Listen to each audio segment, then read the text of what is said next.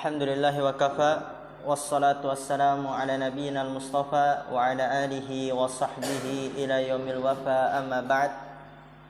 Rabbi shrah li sadri wa yassir li amri wahlul 'uqdatam min lisani yafqahu qawli. Allahumma 'allimna bima yanfa'una wanfa'na bima 'allamtana wa zidna 'ilman nafi'a. Allahumma arinal haqqa haqqan warzuqna ittiba'ah wa arinal batila batila warzuqna ijtinabah. Rabbana ighfir lana wa liwalidina warhamhum kama rabbawna shighara. Insyaallah kita akan memulai kajian kita dalam kitab Syarhu Kashfi Syubhat, dan kita menggunakan syarah Syekh Shalih Fauzan hafizallahu taala. Dan sekali lagi sering anak ulang, dan gak boleh kita bosan ya, karena Allah mengatakan apa dalam suratnya, wa anzirhum, lupa itu, berikanlah peringatan, sesungguhnya memberikan peringatan akan bermanfaat bagi orang-orang yang beriman. Apa ayatnya? Apa ada yang ingat?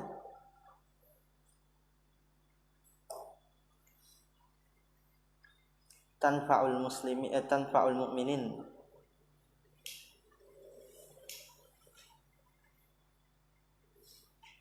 Wa dzakir, Allah, ini dia. Surat Az-Zariyat ayat 55. Dzakir fa inna dzikra tanfa'ul mu'minin. Teruslah memberikan peringatan, karena sesungguhnya memberikan peringatan akan bermanfaat bagi orang-orang yang beriman. Oleh karena itu, ana minta antum benar-benar fokus, ya serius, karena kitab yang kita pelajari ini samar menurut orang-orang yang di sekitar kita di kalangan masyarakat awam.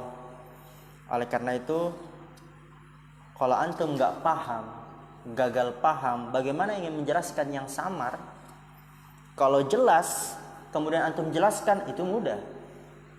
Mereka tahu, oh ini haram, oh ini dia nggak boleh, oh ini maksiat, mereka paham. Tapi kalau samar bagaimana? Berarti butuh penjelasan yang sangat jelas.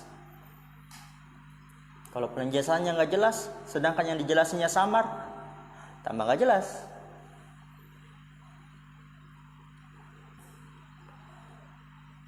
Di pertemuan sebelumnya kita telah membahas bahwa orang-orang musyrik di zaman Rasulullah SAW, mereka lebih memahami, lebih mengetahui, lebih mengilmui makna la ilaha illallah daripada orang-orang musyrik di zaman kita sekarang ini. Ternyata orang musyrik di zaman kita bukan hanya sekedar lebih parah kesyirikannya.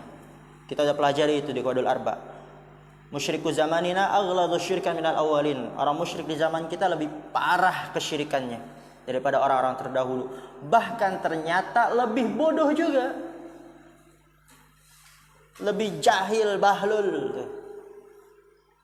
Dia mengucapkan la ilaha illallah beribu-ribu kali, tapi dia melakukan kesyirikan, kontradiksi, bertentangan.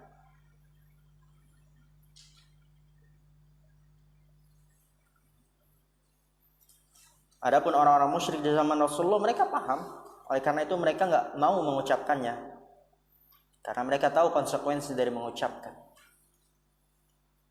Kemudian kata penulis rahimahullah taala, wa tahaqqaqta anna Rasulullah sallallahu alaihi wasallam innama qatalahum liyakuna ad-du'a'u kulluhu lillahi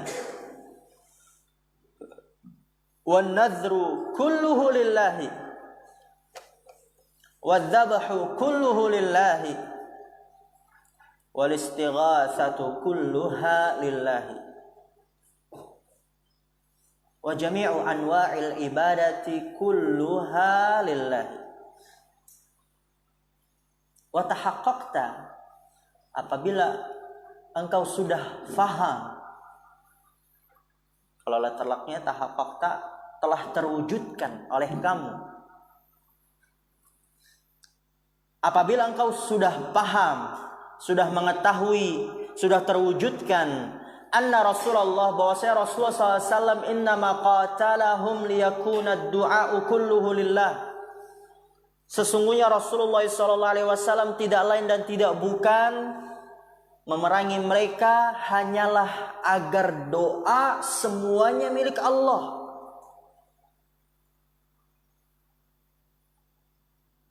Wan nadru kulluhu lillah, nazar semuanya milik Allah.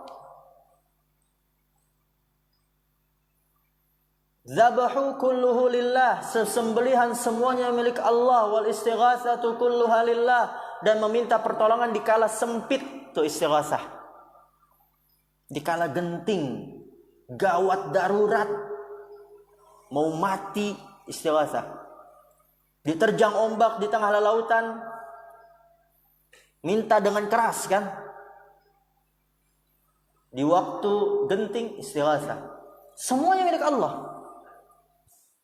Wa jami'u anwa'il ibadati kulluha lillahi, dan semua jenis-jenis ibadah semuanya milik Allah Subhanahu wa taala. Ini Rasulullah SAW yang beliau berdakwah, menyuruh manusia di kala itu kepada ini. Jadi bukan berarti Rasulullah SAW beliau berdakwah, ayolah yakinilah hanya Allah lah satu-satunya yang menciptakan, ayolah yakinilah hanya Allah lah satu-satunya yang memberikan rezeki. Tidak, karena semua sudah meyakini. Mereka meyakini Allah Maha menciptakan, Allah Maha pemberi rezeki, nggak ada yang melakukan itu semua kecuali Allah.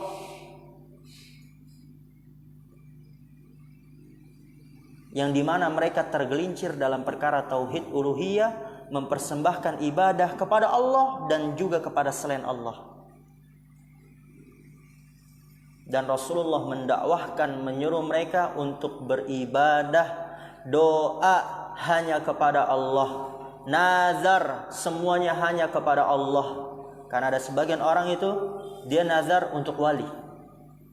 Kalau saya ranking 1 di pondok pesantren, saya bernazar mau puasa dan dipersembahkan kepada wali sunan ini, gitu ya. Wali sunan ini. Kalau di Yaman banyak itu mereka punya wali. Kata mereka wali. Bahkan dijumpai mereka itu ngaji baca Quran di samping kuburan. Ditanya, kenapa kamu baca Quran? Ya, kita meyakini membaca Al-Quran di sini lebih afdol daripada di masjid. Subhanallah. Lihat tuh, baca Al-Quran di samping kuburan lebih afdol daripada di masjid. Dari mana dalilnya? Kita lebih suka beribadah di sini daripada di masjid karena pahalanya lebih besar, kata dia. Ada, kita punya video. Kalau anak jumpa nanti anak kasih. Atau pernah dulu anak buat status, anak kirim ke grup. Ingat ya? Nggak ingat antum? Nggak tahu. Iya, itulah. Jadi Rasulullah SAW menyuruh mereka untuk mempersembahkan ibadah semuanya hanya untuk Allah. Nggak boleh kepada selain Allah. Jadi ini tauhidlah yang disebabkan Rasulullah SAW diutus. Tauhid yang ini. Tapi ada di luar sana mereka seorang ustadz da'i, tidak pernah berdakwah kecuali hanya permasalahan ini, nggak pernah menyentuh tauhid sedikit pun. Yang lucu-lucu, yang viral-viral, nggak pernah membahas tauhid. Sekali membahas cuma tauhid rububiyah. Nggak mau mereka membahas tauhid uluhiyah. Ketika ditanya kenapa, ya nanti jemaah pada kabur, Ustaz. Kalau kabur ya nggak ada yang mau datang. Ya berarti kalau nggak ada yang mau datang gimana nanti kita mau berdakwah? Nggak hikmah, subhanallah. Nggak hikmah. Berarti Rasulullah nggak hikmah dong. Allah Subhanahu wa taala memerintahkan nabinya untuk mendakwahkan tauhid dulu, berarti Allah nggak hikmah. Kenapa perintahkan tauhid dulu? Karena nanti pasti banyak yang nolak. Kenapa nggak perintahkan sholat aja dulu, senyum dulu aja kepada tetangga, berbuat baik aja dulu kepada tetangga, biar mereka masuk dulu ke dalam agama Islam, baru didakwahkan tauhid. Tapi kan kenyataannya bukan seperti itu. Dan Allah Maha tahu daripada hamba itu sendiri. Terkadang kita yang sok tahu. Oleh karena itu dikatakan oleh Syekh Muqbil rahimahullah ta'ala, seandainya Rasulullah mendakwahkan tauhid Enggak. Seandainya Rasulullah SAW di awal dakwahnya mendakwahkan selain tauhid, ramah kepada tetangga, sedekah, kemudian puasa, apalagi berbuat baik kepada tetangga, senyum, memberikan apabila memiliki makanan lebih, itu niscaya Abu Jahal semua masuk Islam. Abu Jahal dan keronco-keronconya masuk Islam. Enggak ada yang dia enggak mau masuk Islam. Karena dia lihat di awal, oh bagus ya agama Islam ya. Cocok lah ya. Siapa yang gak cocok ramah kepada tetangga? Siapa yang gak cocok? Semua cocok. Orang kafir pun cocok disuruh untuk ramah kepada tetangga. Siapa yang gak cocok disuruh untuk berbagi? Semua orang cocok. Siapa yang gak cocok kalau misalnya punya makanan lebih diberikan kepada tetangga? Apalagi kalau dibacakan kisah-kisah adab, akhlak, woi, semua setuju. Tapi ternyata bukan itu. Oleh karena itu dakwah pertama kali yang harus dilakukan, diserukan, diajarkan oleh para dai itu dakwah apa? Tauhid. Ya Ustaz, kita ajarin ini dulu aja Ustaz. Nanti tauhidnya diselipin dikit-dikit. Subhanallah. Apa dakwah Rasulullah? Qulu la ilaha illallah tuh langsung to the point. Ucapkanlah la ilaha illallah, langsung poinnya. Enggak ada bahas ini dulu kemudian disinggung dikit-dikit, enggak ada. Siapa yang lebih paham tentang dakwah? Siapa yang lebih indah metode dakwahnya? Siapa yang lebih hikmah dalam metode dakwahnya? Karena pasti di dalamnya terdapat kemaslahatan yang besar. Iya benar. Kita dakwah seru orang untuk ayo bertaubat, jauhi maksiat, kemudian ayo kita sering ke masjid, sholat berjamaah 5 waktu, dan terus dia dakwah itu nggak berani, dia pengen nyentuh tauhid nih, 10 tahun dia lakukan itu, tapi dia masih di atas kesyirikan, percuma, nggak ada manfaatnya. Dan itu pernah terjadi di zamannya Syekh Muqbil rahimahullah ta'ala. Pada saat itu ada seorang lelaki tua, kakek-kakek. Dia baru bertobat dari jamaah tablik. Jamaah apa? Tablik. Ditanya sama Syekh Muqbil, apa makna la ilaha illallah? Gak tahu. Kemudian apa yang kamu dapatkan? Lihat di jamaah tablik dia udah jadi pembesar 40 tahun tuh, untuk bayangkan. Gak tahu makna la ilaha illallah. Gak ada gunanya. 40 tahun dia mungkin jidatnya udah hitam gosong, jenggotnya udah, antum tahu subhanallah mereka tuh semangat untuk mengerjakan ibadah. Kemana-mana pakai tongkat. Pernah lihat antum? Sekarang udah pakai tongkat ya, udah kayak orang. Ya bagus sunnah, pakai tongkat. Maksudnya bener-bener saking dalaminya, tapi tauhid nggak paham deh. Nggak ada gunanya.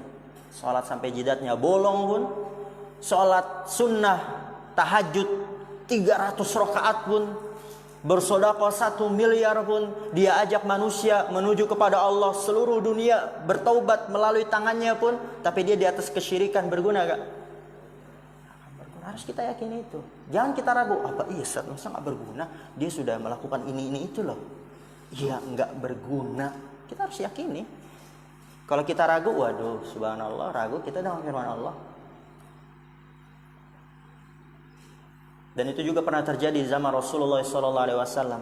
Aisyah radhiyallahu ta'ala bertanya, pada saat itu ada orang laki-laki yang di zaman Rasulullah itu dermawan dia, apa-apa dia berikan, karim, mulia dia, nggak pelit sama orang. Tapi dia tidak masuk ke dalam agama Islam. Apakah dia mendapatkan ganjaran Allah? Apa jawaban Rasulullah? La, tidak. Selama dia di atas kekufuran itu. Jelas sudah. Jadi dakwah pertama kali yang paling penting, darurat harus disampaikan adalah tauhid. Dia mengulur-ngulur waktu, nanti ajalah tauhid, mati duluan. Dan dia masih di atas kesyirikan, udah kekal dalam api neraka.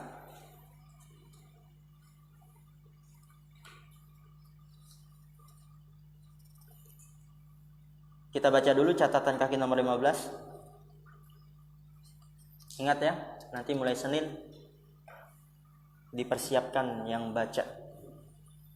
Wa qala syarihu hafizallahu ta'ala ay la yakunu ba'du dzalika lillahi wa ba'duhu lil badawi wa ba'duhu lillahi wa ba'duhu lil Husaini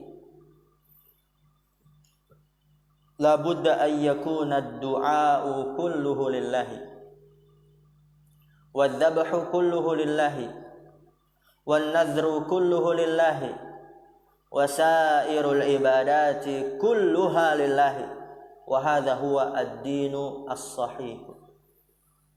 Kita terjemahkan dulu. Yaitu maksudnya apa? La yakunu ba'du dzalik lillah. Tidak boleh sebagian ibadah untuk Allah, wa ba'duhu lil badawi, dan sebagiannya untuk badawi. Dan ajibnya ketika kita melihat sejarah nih badawi ini orang, itu orang fajir, masih solehan antum mungkin, tapi disembah, diibadahi, orang bertawassul. Fajir dia, nggak pernah datang ke masjid. Diceritakan sekali datang ke masjid cuma ngapain? Ngising, kencing di masjid tuh. Karena sekali lagi karena rusaknya akidah mereka. Kita udah belajar di Ushul Sittah. Menurut mereka wali apa? Apa wali menurut mereka? Yang sudah terlepas syariat. Dia udah nggak wajib lagi sholat. Dia udah nggak ini lagi. Udah terserah dia mau lakukan apa, mau berzina, mau mencuri, mau merampok, gila gitu kan. Oleh karena itu wali yang paling tinggi kata mereka wali yang udah jadi gila. Karena dia udah nggak dibebani syariat. Coba antum lihat, siapa yang lebih soleh daripada Nabi Muhammad?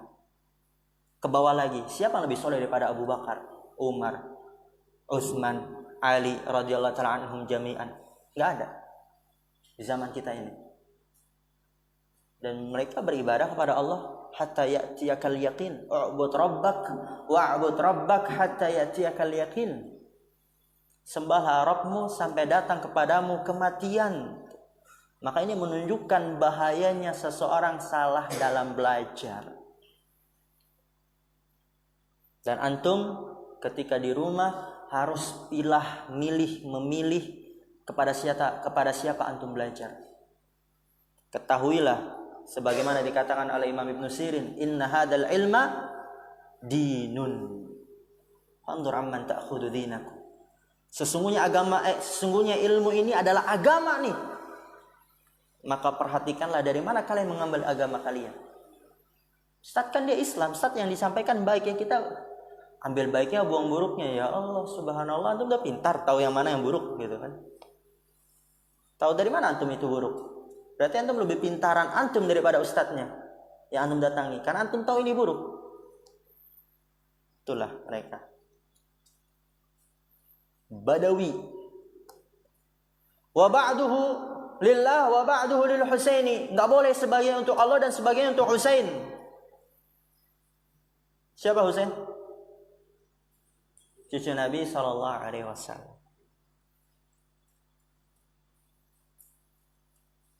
La budda an yakuna ad-du'a'u kulluhu lillahi wadh-dhabhu kulluhu lillahi. Harus doa itu semuanya untuk Allah. Sesembelihan itu semuanya untuk Allah. Nazar itu semuanya untuk Allah. Sebentar lagi nanti di Solo ada sekaten. Anda pernah dengar sekaten? Ya, habli. Itu nanti kerbaunya kata mereka Kiai Slametnya digiring ya habli ya. Nanti kalau berak ngapain habli? Diambil perebutan. Wah, berkah nih. Kiai Slamet nih wali. Gitu. Orang gila. Udah tertutup akalnya. Tai diambilin.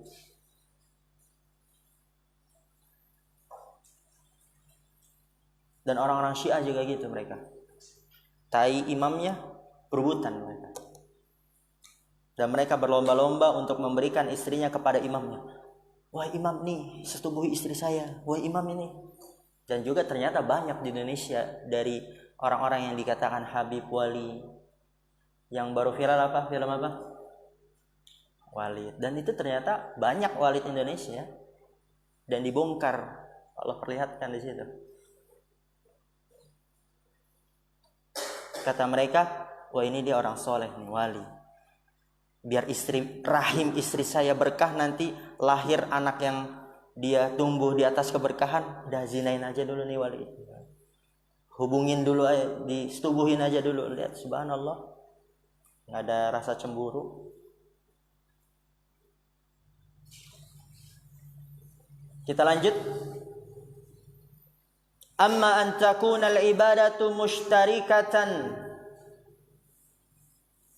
baina Allahi wa baina al-quburi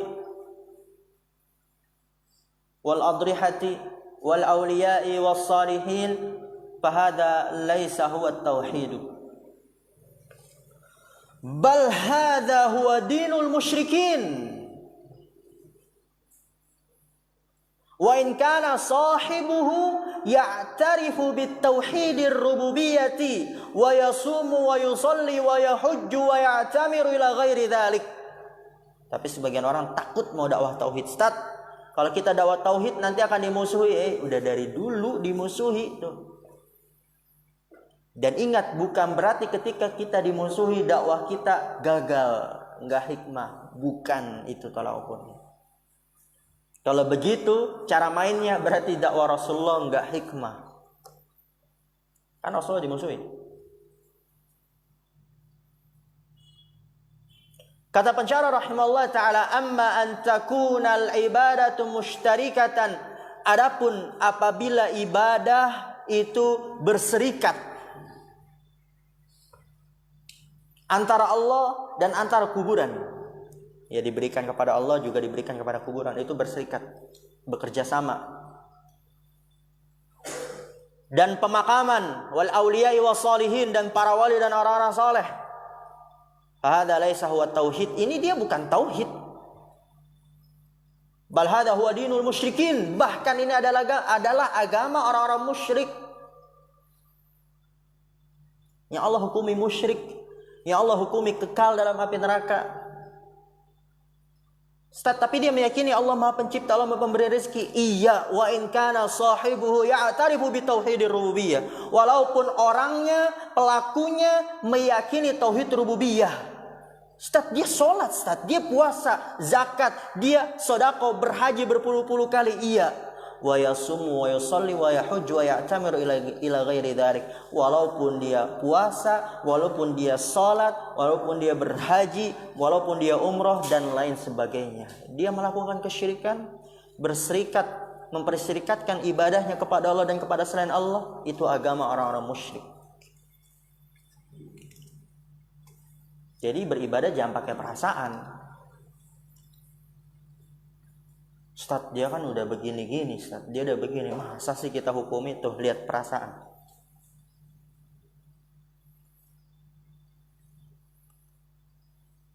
Antum kesian sama tuh orang karena dia sudah melakukan ini, sudah effort ini, dia sudah membantu kita ini, kemudian masa kita hukumi dia musyrik? Kemudian antum gak kesian sama Allah, tidak benci, yang dimana Allah subhanahu wa ta'ala dizolimi gitu. Kemana hati kita, kemana otak kita, kemana pikiran kita, kemana akal kita? Lebih kesian kepada orang ini daripada Allah subhanahu wa ta'ala. Yaitu Allah dizolimi. Inna syirka la zulmun azim. Kemudian lihat lagi matan. Qala al-mu'allif rahimahullah ta'ala, wa arafta anna iqrarahum bitauhidir rububiyyati lam yudkhilhum fil islami. Dan engkau sudah mengetahui bahwasanya pengikraran mereka, keyakinan mereka terhadap tauhid rububiyah, meyakini Allah Maha Pencipta, Allah Maha Pemberi rezeki dan seterusnya, itu tidak memasukkan mereka, lam yudkhilhum fil Islam, enggak memasukkan mereka ke dalam agama Islam. Dan itu harus kita ajarkan, sampaikan kepada mereka, karena masih banyak di luar sana yang mereka enggak paham tentang hal ini. Enggak paham mereka tentang hal ini. Oleh karena itu hati-hati syahnya ya.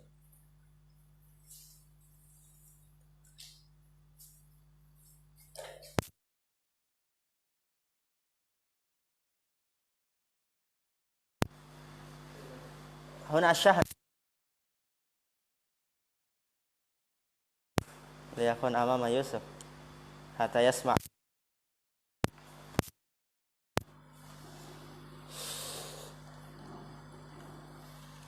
Kemudian kata pensyarah hafizallahu taala, ai lamma kan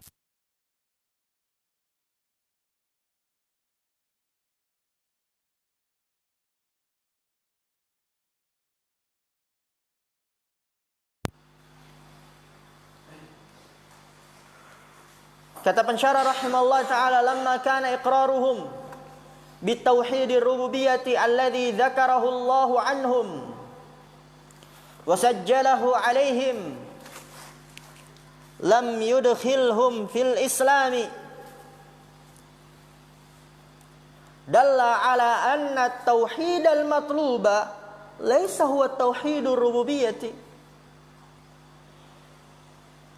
innama huwa tauhidul uluhiyyati wa huwa al-fariqu bainal muslimi wal kafiri. Amma tauhidur rububiyyati fa kullu muqirrin bihi. Atau di situ dikasih tanwin fa kullun muqirrun bihi. Namanya tanwin iwad. Tanwin iwad. Fa kullun muqirrun bihi. Al muslimu wal kafiru wa huwa la yanfa'u wahdahu. Kata pensyarah hafizallahu taala, lamma kana iqraruhum bitauhidir rububiyyah, ketika keyakinan mereka terhadap tauhid rububiyah, alladzi dzakarahu Allahu anhum, yang Allah menyebutkannya tentang mereka, mereka meyakini tauhid rububiyah, wasajjalahu alaihim, dan Allah memasukkan hal itu kepada mereka, ya. Allah abadikan dalam Al-Qur'anul Karim bahwa mereka ketika ditanya ini dan ini tentang tauhid rububiyah, mereka akan menjawab Allah. Mereka yakini. Namun apa? Lam yudkhilhum fil islami, tidak memasukkan mereka keyakinan itu ke dalam agama Islam. Apa yang bisa kita pahami? Dalla alla anna tauhidal matluba laisa huwa tauhidur rububiyyati. Maka ini menunjukkan atas bahwasannya tauhid yang dituntut dia bukanlah tauhid rububiyah.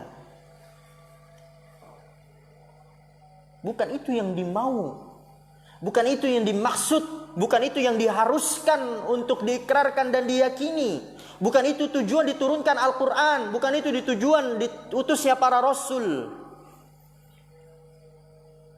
Wa innama huwa tauhidul uluhiyah, dan sesungguhnya dia adalah tauhid uluhiyah, yaitu tauhid yang dimaksud, yang dituntut.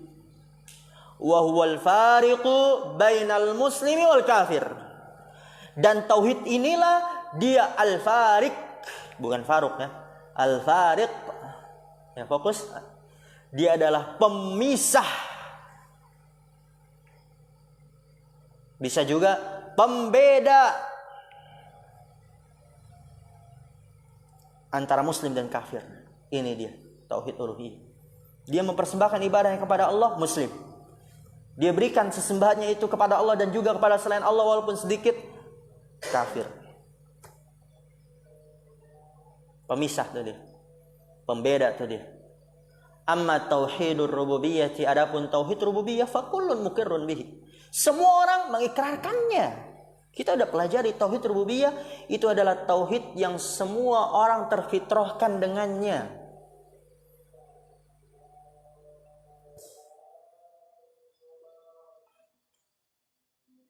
Al-muslimu wal kafiru, orang muslim dan orang kafir meyakini tauhid rububiyah, wa huwa la yanfa'u wahdahu, dan dia tidak bermanfaat apabila sendirian, yaitu tauhid rububiyah sendirian tidak bermanfaat. Masyaallah, alhamdulillah. Harus diiringi dengan tauhid apa, Zakaria? Ahsan, dah. Masyaallah. Barakallahu fiik ya Zakaria. Naktafi bihadzal qadar. Subhanakallahumma wa bihamdika, asyhadu an la ilaha illa anta, astaghfiruka wa atubu ilaik. Assalamualaikum warahmatullahi wabarakatuh. Halas. Atfait.